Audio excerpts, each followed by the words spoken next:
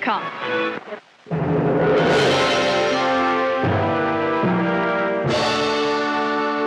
Good evening, and welcome to Stories at Midnight.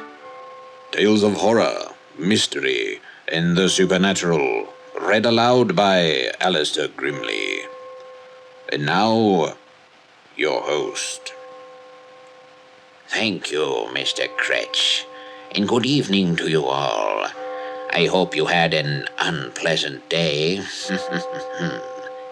Tonight's tale is the second and final part of the story, which we began last week, entitled Mausoleum Mystery. We will begin tonight's program right after a word from our sponsors.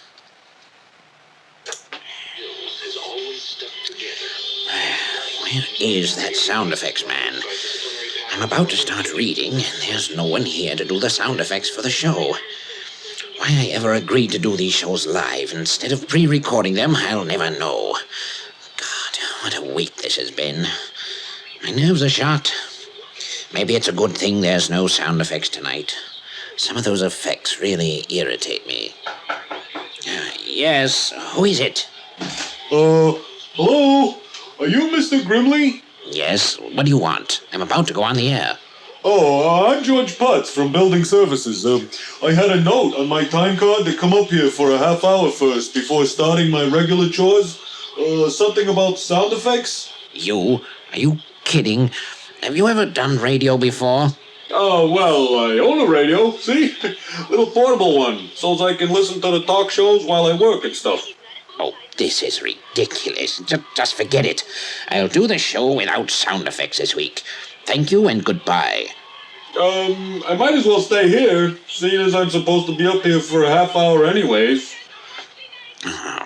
Oh, God, the commercials are over. Look, just stand over there and keep still. Okay. Welcome back to Stories at Midnight. I will now begin the second half of Mausoleum Mystery. Emily walked slowly through the dark, dank mausoleum. Her every nerve was bristling with apprehension. After she passed the 7 alcoves which contained her family's ancestors, she thought she caught a glimpse of movement to her left. This sudden movement seemed to be accompanied by a small scratching sound that echoed through the marble halls of the mausoleum. Emily wished then that she had stayed home with Mom and Dad, who were probably worried about her at that moment. Is this a long show? Quiet! We're on the air. I was just asking because I was bored. You don't think this is exciting, Mr. Putz, George Putz. Nah, not really. I can already guess what happens next. Oh, really? Yeah, I bet the girl gets scared and runs on to her folks, who end up being monsters or something, right? Wrong. She does go home scared, but just as her parents are comforting her, the huge, slimy, evil creature comes up out of a secret trapdoor in the floor and kills the entire family in the name of its unholy god. So there. Ha! Well, gee, sounds great. Go ahead and finish it then, Mr. Grimley. Yes, I will. Thank you for ruining it, you idiot. I just gave away the ending. Huh? Wasn't that a great story, ladies and gentlemen? Yeah, that was neat. Shut up, you... Excuse me, ladies and gentlemen, while I select another story. In the meantime, here's another message from our sponsors. Bowties and Scotchward Night every Wednesday is Ladies' Night at Bowties in Manchester. World-class all-around review. Oh, great. You want me to get that? The phone's ringing, you know. Hello, KLL.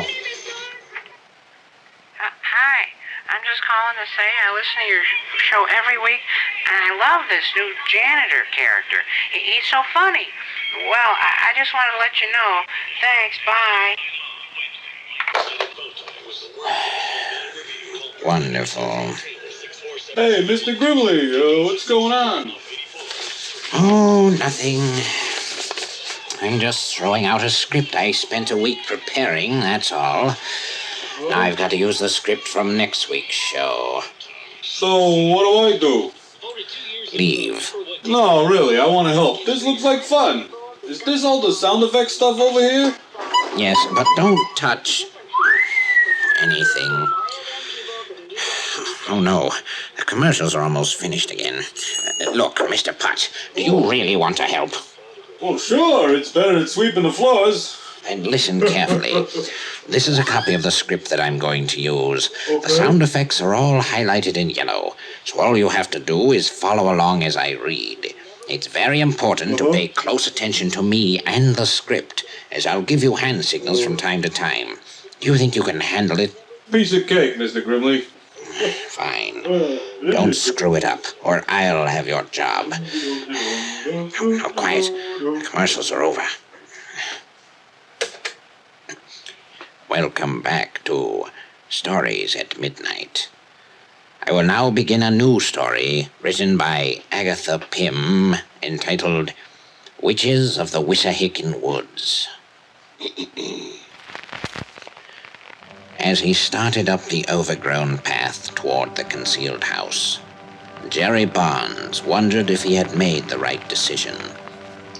All the other kids in school would call him a chicken if he didn't find the witch's house, hidden in the woods, and pull a piece of siding off it to prove that he was there.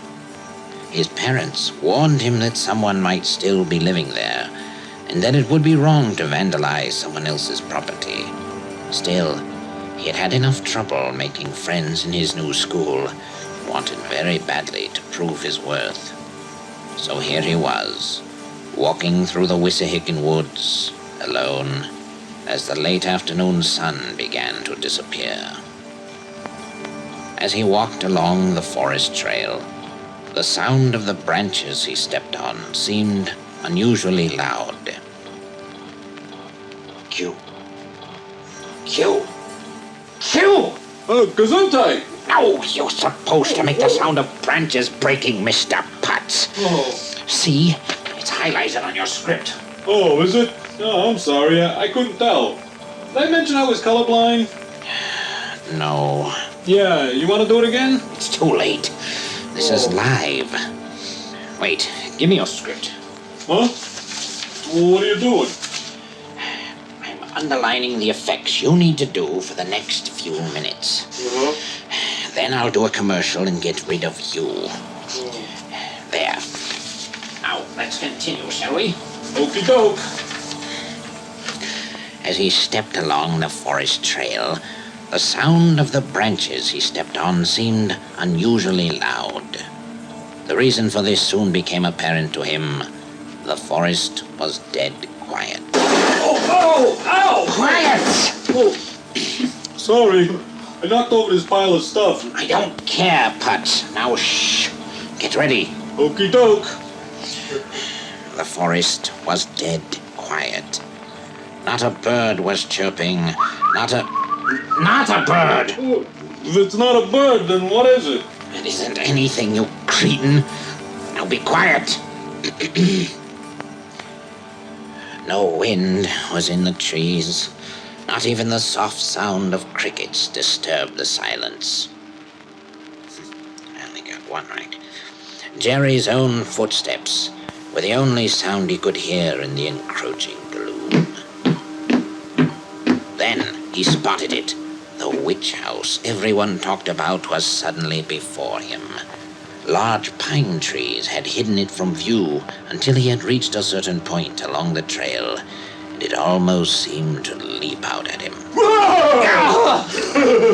What are you doing? Good God.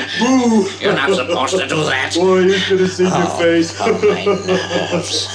Oh, what a chicken. Jerry's pace slowed to a crawl as he studied the decrepit, fungus-covered house. The roof was sagging. The windows were so dirty he could barely see the curtains hanging inside, and the siding was moldy and missing a few sections. It was one of these sections that he knew he had to bring back to school with him tomorrow. Reaching the house, Jerry's eyes watched the windows for any sign of movement, while his ears listened for any sound from within. So attuned was he for any disturbance that the large rat that poked its head out from a hole in the foundation frightened him with its squeak. Glub, glub, glub. What is that sound supposed to be, you idiot? Tar, like it says in the script. Tar? Yeah. Doesn't say I don't know what tar. sound to do, so I improvise. say- You know, like tar pits and stuff. It doesn't say tar, it says rat. Really? Oh, sorry. I sometimes get letters mixed up when I read. You're dyslexic. Hey, there's no reason to get personal. Look, you're ruining everything. Just listen to the story. If I mention a sound that you can do, fine. But make it quick, and then be silent. Okey doke. Recovering his nerve after sighting the rat, Jerry grabbed at the siding where it seemed to be falling off already. He broke off a small piece and stuffed it in his pocket. Easy. Now to get back home before nightfall.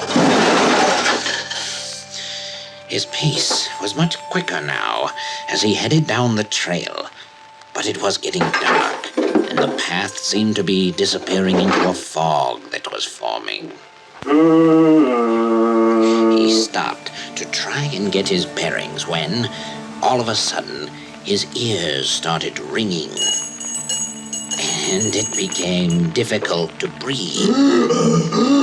The wind began howling through the trees, so hard that the smaller branches were falling like rain. Suddenly, the wind broke a huge branch which... that's it! I've had it! What? New story, Mr. Putz! Oh, okay. But that last one was starting to grab me. Oh, don't worry. This one will most certainly grab you. Oh, great. What's it about? It's about a washed-up star of stage and screen who, realizing he can't break into television to salvage his sinking career, backpedals and winds up in a 2-bit AM radio station reading ghost stories to an audience of imbeciles. People who would rather hear about their neighbors' sex lives than listen to 30 minutes of imaginative literature read by a trained theater professional. I don't know, Mr. Grimley. Sounds kind of dumb so far. But wait, Mr. Putz, it gets better. One night, when everything else for the past week has gone wrong for him, the star goes on the air with a completely incompetent sound effects man. This man ends up stealing the show from the star with his antics, and the public loves him. The star gets fired, and the incompetent sound man goes on to a career in television. That sounds kind of familiar. You know, I think there was a movie on TV like that a little while ago. But one night, when the incompetent sound man was getting ready to leave the television studio, the former star leaps out at him from the shadows and clamps his hands around the sound man's fat, red neck. Like this. Then, slowly, he squeezes the thick neck with his bony but sinewy fingers until he can feel the blood in the sound man's neck pulsing beneath his hands. He squeezes a little tighter and watches the color of the sound man's face change from red to violet and then to a deep purple. The former star starts to grin, a hideous, toothy smile, as he watches his mortal enemy die a horrible death. One last choked gurgle, and the incompetent fool is dead. The former star looks down at the grotesque features of the fool in his grip. One final quick twist to break the neck, and the former star's work is done. He then strides casually out of the studio to await his fate, whistling all the way home. The end.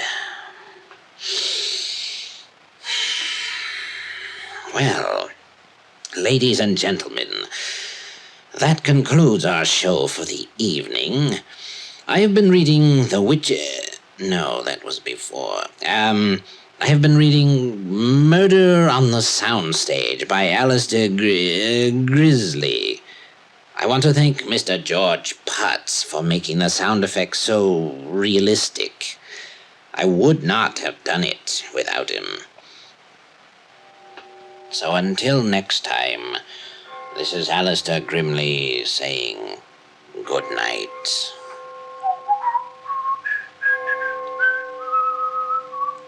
You have been listening to Stories at Midnight. Tune in next week at the stroke of 12 when we'll bring you another tale of horror, mystery, and the supernatural. I'm Jonathan Cretch.